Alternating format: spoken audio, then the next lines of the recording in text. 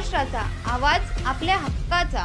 महात्मा फुले चौक police स्टेशनच्या हद्दीमध्ये शहाड जकात नाका येथे चेकपोस्ट लावण्यात आलेला आहे।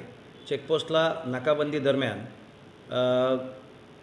2 आयशर ट्रक पकडण्यात आले। त्याच्यामध्ये जनावरांची अवैधरित्या वाहतूक करत असताना आढळून आलं। त्यांच्यावर कारवाई करण्यात आलेली आहे। जनावरांना योग्य तो चारा पाणी न देणं किंवा त्यांच्या सुरक्षेची काळजी न घेता सदरची वाहतूक करत असताना आढळली होती। त्यामुळे त्यांच्यावर कारवाई करण्यात आलेली आहे आणि दोन्ही ट्रकमधील मिळून 40 जनावरं म्हैस आणि रेडा या जातीची गोशाळेमध्ये जमा करण्यात आलेली आहे। यामध्ये ट्रक चालक तसंच ट्रकचे जे मालक आहेत ते आणि मालाचे मालक यांना आरोपी बनवण्यात आलेला आहे।